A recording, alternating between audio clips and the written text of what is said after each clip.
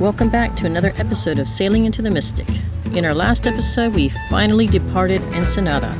This was our second time leaving Ensenada to head south, and this time we were determined to get all the way around the Baja Peninsula. We had a lot of miles ahead of us, and this was going to be the trip that would have us earn our first sailing badges.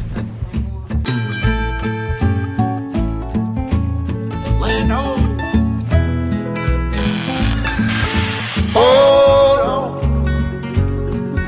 baby, just hold on. Hold on, baby, baby, just hold on.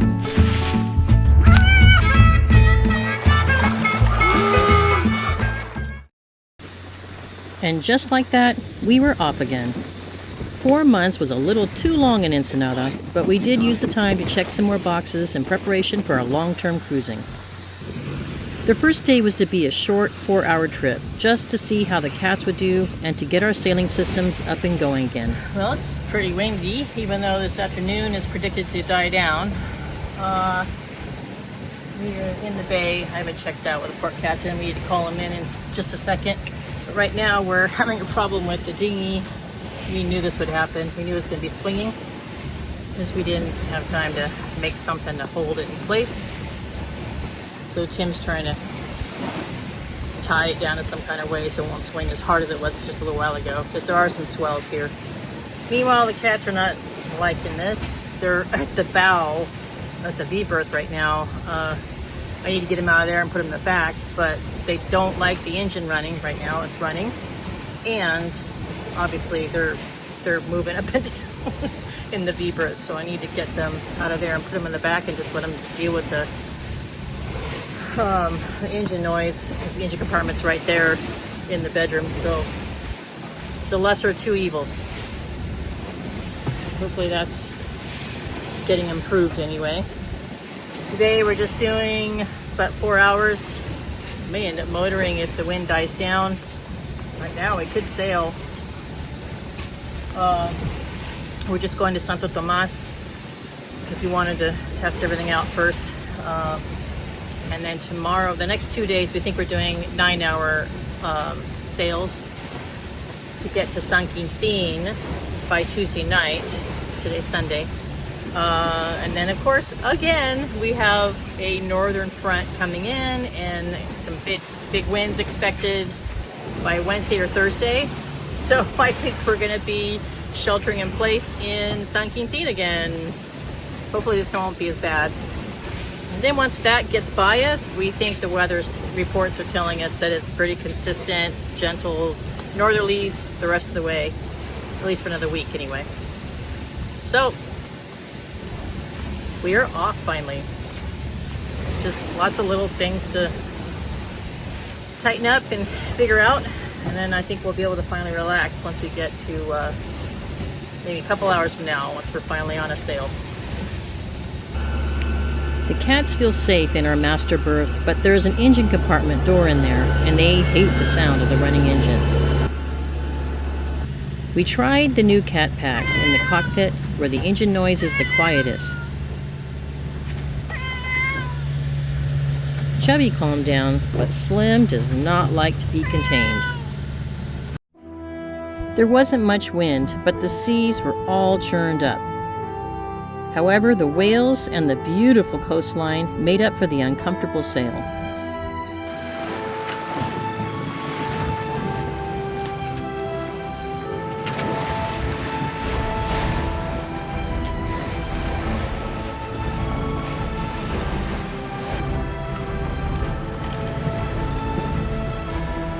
Arriving at our first stop in Santo Tomas made us feel like we were finally free again. Having arrived early, we could admire the beauty and breathe the fresh air away from the city.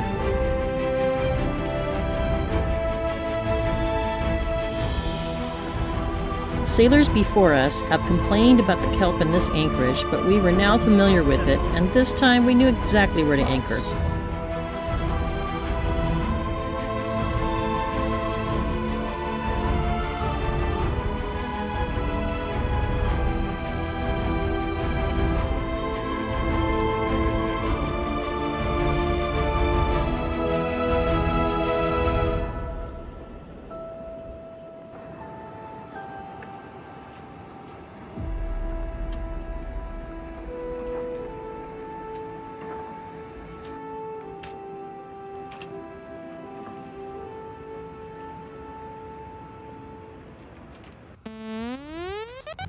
But it was only a few minutes later when we realized there was a fly infestation, and we were their newest victims.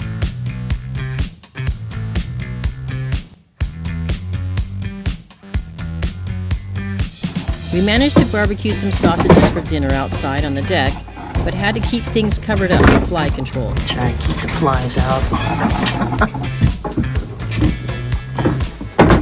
We turned inside very early in the evening to get away from the flying pests.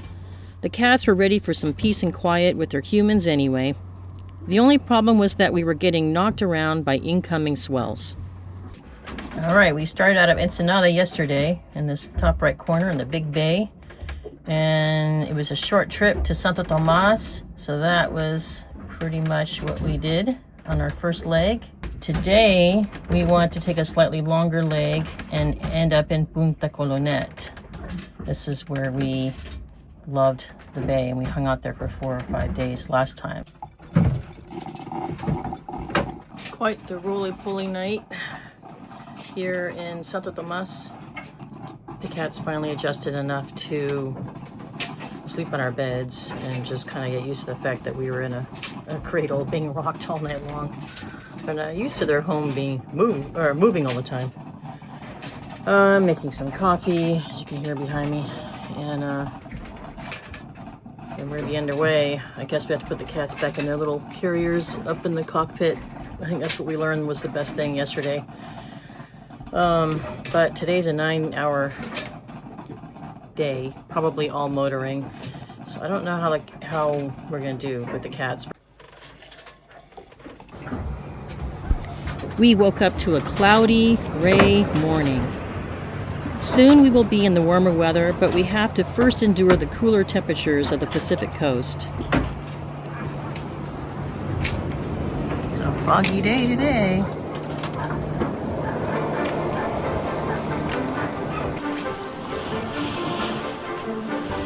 We were feeling determined and ready to tackle the day's longer leg to Punta Colonet.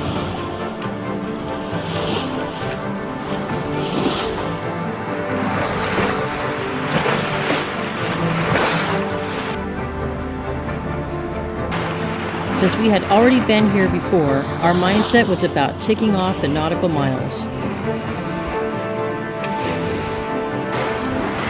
Dolphins! Hey, babies! Here we are.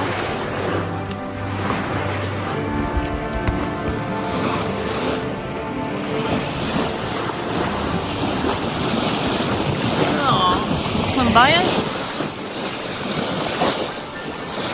Yeah. Not going our way, so they didn't swim with us for very long. On day 2, the cats were still not happy, but they were learning to roam free in the cockpit. Chubby's way of coping was to find someone to hold him, while Slim wandered around meowing. Eventually, they both settled down in the chair under a dark blanket.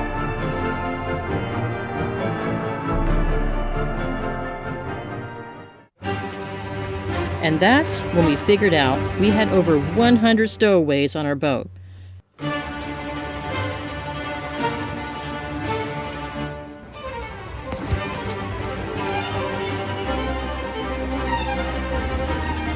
We spent at least 2 hours swatting flies and removing them from the boat.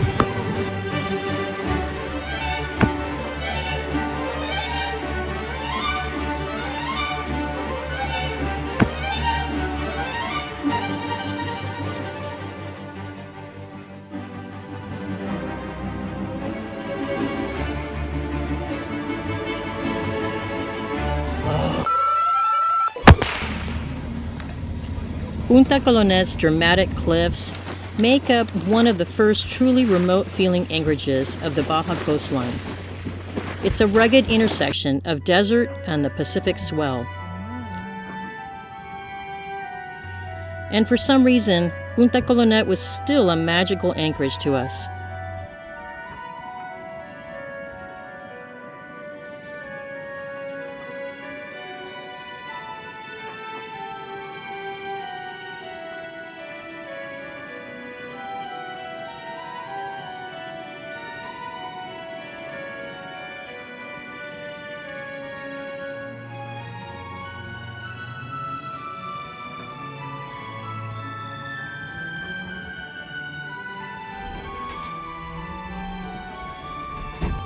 But it was another early night because we were still tired from the city life and we were again getting knocked by the same heavy swells from the night before.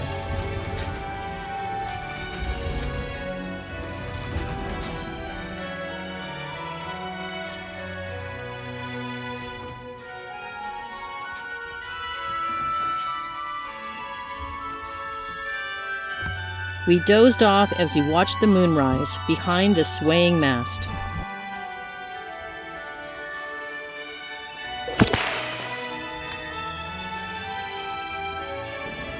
Does it fly? Let's look at the flag.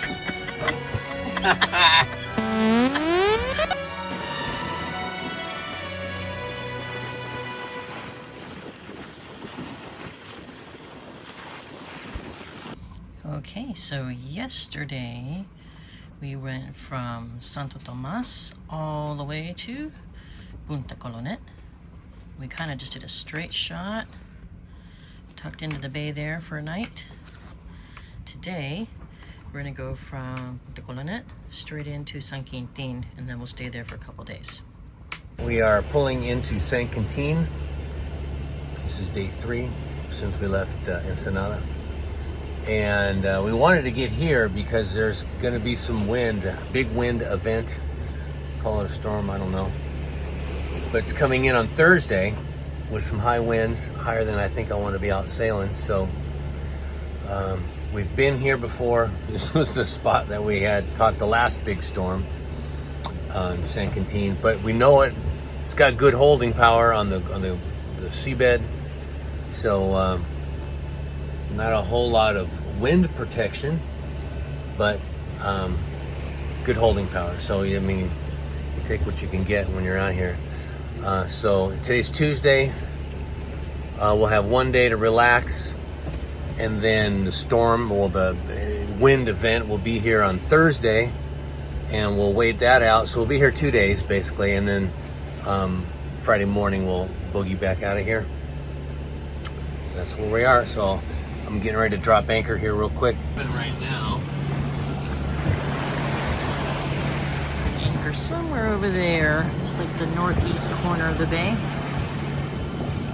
It's supposed to have the best protection for the northerlies. As we settled into the anchorage that night, I noticed that Chubby seemed to have an intuitive sense of the center of the boat, where there was the least movement from the seas.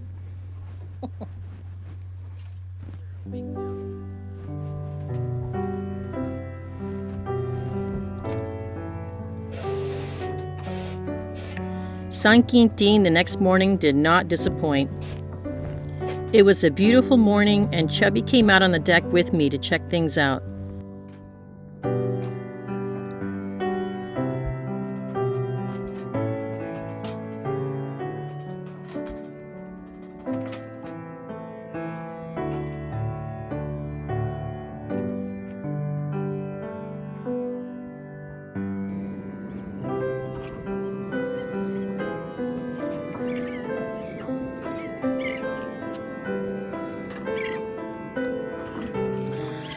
This is the calm before the storm. Waiting for the winds to arrive this afternoon. And we're in San Quintin. And the fish are loving our boat.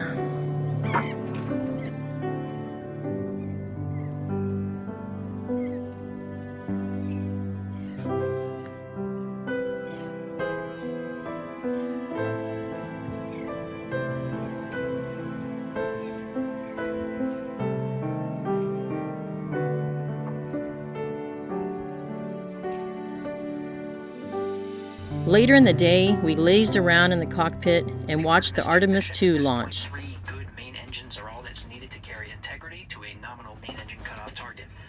Though at this time we're seeing 4 good engines here in Mission Control Houston.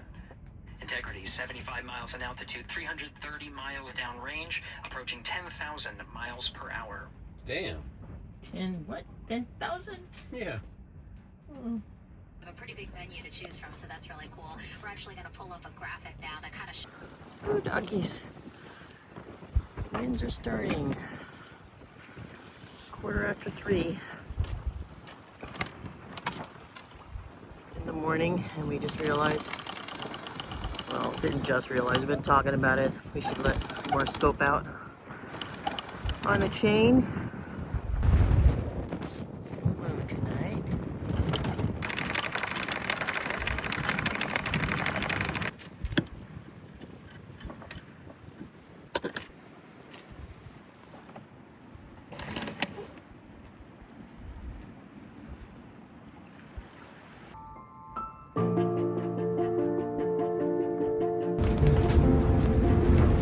I think the winds are finally starting.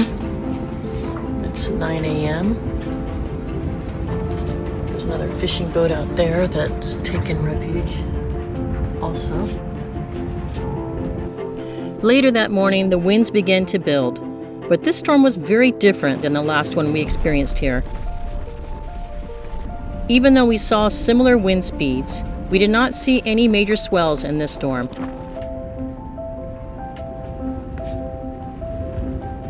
It was actually pretty comfortable on board, even when it got to 30 knots.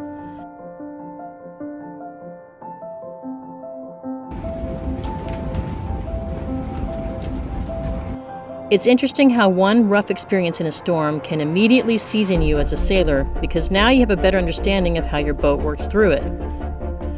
We definitely learned from experience that it is not the strength of the wind that puts you in danger, instead it's the size of the waves. Chubby again found his comfortable spot at the center of the boat to ride through the storm, while we used the time to do our homework and get better at understanding how to read all the charts and predict wind. We did route planning for the next day, when we would finally be covering new territory and doing an overnight pass to Cedros Island. Join us next week when we are going to do a big jaunt now. Finally can leave San Quintin. Alright, so let's do this week's wrap-up with the affordability of our sailing journey. Did we sink our budget or sail our dream? I am happy to say that this week was totally affordable. The only expense we had was the diesel we used to motor the entire way from Ensenada to San Quintin. It was a bummer that we had to motor all that way, but we did not have any northern winds to assist our travels as a preface to the oncoming storm. Since we didn't buy any diesel yet, we'll talk about those expenses in the next episode when we do fill up again. On the other side of the scale, the anchorages we stayed in were totally free. We didn't spend a penny on anything else because we were traveling in remote places where there wasn't even an opportunity to spend money. So this week, we literally got to sail our dream. Well, maybe motor our dream, but we are out here and making the dream come true. We would like to give a special thanks to our Patreon members who help us to continue sharing our content.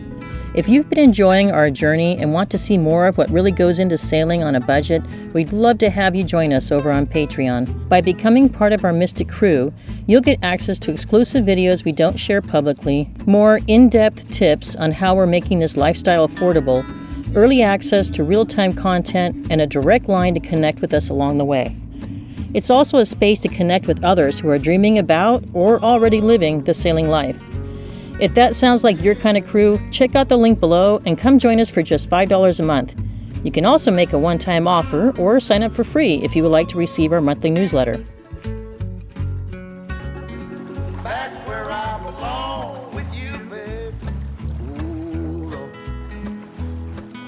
Baby, just hold. Won't you hold on? I said, baby, just hold